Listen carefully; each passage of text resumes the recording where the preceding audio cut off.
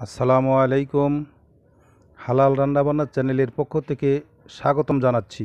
প্রিয় দর্শক, আজকে যে রেসিপিটি আপনাদের সাথে আমরা শেয়ার করব সেটি হচ্ছে বিয়ে বাড়ির স্টাইলে মজাদার সুস্বাদু ফিন্নি রান্না করা।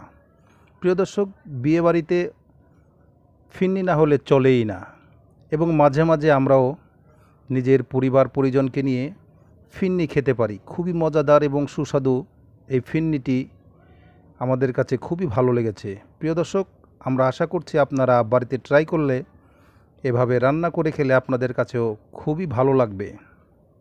প্রিয় দর্শক, আমাদের চ্যানেলটি ভালো লাগলে, আমাদের রান্নাবান্নাটি ভালো লাগলে আপনারা সাবস্ক্রাইব করবেন এবং ফ্রেন্ডস অ্যান্ড ফ্যামিলিকে শেয়ার করে দেবেন। তো প্রিয় দর্শক, আসুন আমরা দেখে নেই কিভাবে আজকে আমরা এই বিয়ে বাড়ির স্টাইলে মজাদার ফিন্নিটা তৈরি করি। বিসমিল্লাহি ওয়া আলা বারকাতিল্লাহ।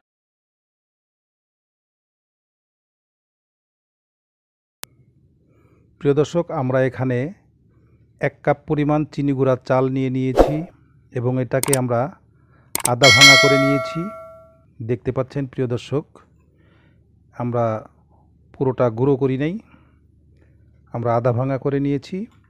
এটাকে আমরা এখন ভিজিয়ে রাখবো দুধের মধ্যে। কুসুম গরম দুধ এটার ভিতরে আমরা দিয়ে দিব। দিয়ে এটার মধ্যে আমরা সেই চিনি গুঁড়া চালটাকে গুঁড়ো করে আধা ভাঙা করে ভিজিয়ে রাখছি। তাতে চালটা গুঁড়ো হবে এবং দুধগুলো চালের মধ্যে মিশে যাবে এবং পরে ফিন্নিটা তৈরি করতে সুবিধা হবে। আমরা এখন নিয়ে নিলাম 1/3 কাপ গুঁড়ো দুধ এবং এটার মধ্যে আমরা দিয়ে দিব এখন কাজু বাদাম এবং কাঠবাদাম। এটা আমরা পেস্ট করে রেখেছি, সেই পেস্টটা দিয়ে দিলাম। এখন আমরা দিয়ে দিব এটার মধ্যে কুসুম গরম তরল দুধ দিয়ে দিলাম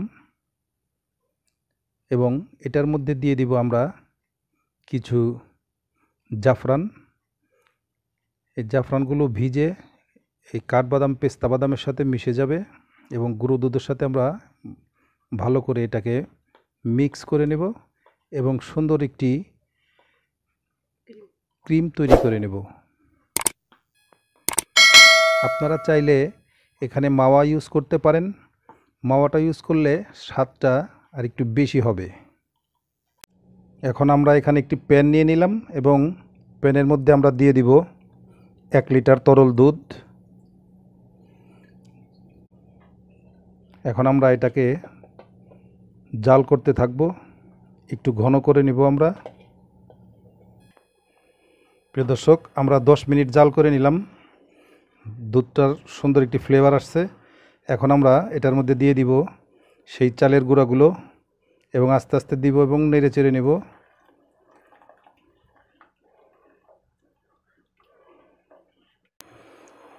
প্রিয় দর্শক, আমরা 5-7 মিনিট নাড়াচাড়ার পরে দুধটা খুব সুন্দর আস্তে আস্তে জমা হয়ে যাচ্ছে এবং ঘন হয়ে যাচ্ছে। আমরা এখন দিয়ে দিব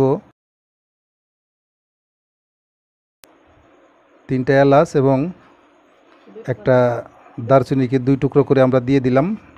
আমরা নাড়াচাড়ার উপরেই আছি। প্রিয় দর্শক, আমরা অফ ক্যামেরা এতক্ষণ শুধু নাড়াচাড়াই করেছি। এখন আমরা এটাকে ঘন করে নিলাম। এখন আমরা দিয়ে দিব 1 কাপ পরিমাণ চিনি। আর চিনিটা আপনারা যার যার স্বাদ মতো ইউজ করতে পারেন। যারা একটু চিনি বেশি খান একটু বেশি পরিমাণে দিবেন। ঠিক আছে, এখন আমরা দিয়ে দিব জাফরান এবং বাদাম আর দুধ মিশানো সেই পেস্টটা এখন আমরা দিয়ে দিচ্ছি। দিয়ে আমরা ভালো করে নাড়াচাড়া করে নেব।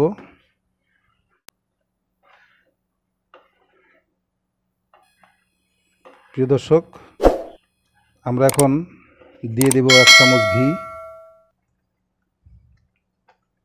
ঘিটা দিয়ে ভালো করে আবার একটু নাড়াচাড়া করে এটার সাথে এখন মিশিয়ে দিব। ঘিটা দিলে, সর্বশেষে দিলে ঘিটার ফ্লেভার এবং স্মেলটা খুব অটুট থাকে এবং খুবই সুন্দর একটি স্মেল হয়। আর একটু 2-3 মিনিট জাল করে নামিয়ে নিব এবং নামিয়ে আপনাদেরকে পরিবেশন করে দেখাবো ইনশাআল্লাহ। তো প্রিয় দর্শক, হয়ে গেল আজকে আমাদের বিয়ে বাড়ির স্টাইলে মজাদার ফিরনি রান্না। সুন্দর একটি রেসিপি। আমরা উপর দিয়ে ছিটিয়ে দিয়েছি পেস্তা বাদাম। প্রিয় দর্শক, খুব সুন্দর একটি লুক এসেছে। আপনারা এভাবে বাড়িতে বানিয়ে খাবেন এবং মেহমানদারিতে আপনারা এভাবে একটি বিয়ে বাড়ির স্টাইলের মজাদার ফিরনি রান্না করে মেহমানদারি করতে পারেন। এভাবে আপনারা কৌটাজাত করে ফ্রিজে অনায়াসে 5 থেকে 7 দিন রেখে খেতে পারেন। প্রিয় দর্শক, চ্যানেলটি ভালো লাগলে সাবস্ক্রাইব করবেন এবং শেয়ার করে দেবেন। আজ এই পর্যন্তই। আল্লাহ হাফেজ। আসসালামু আলাইকুম রহমতুল্লাহ।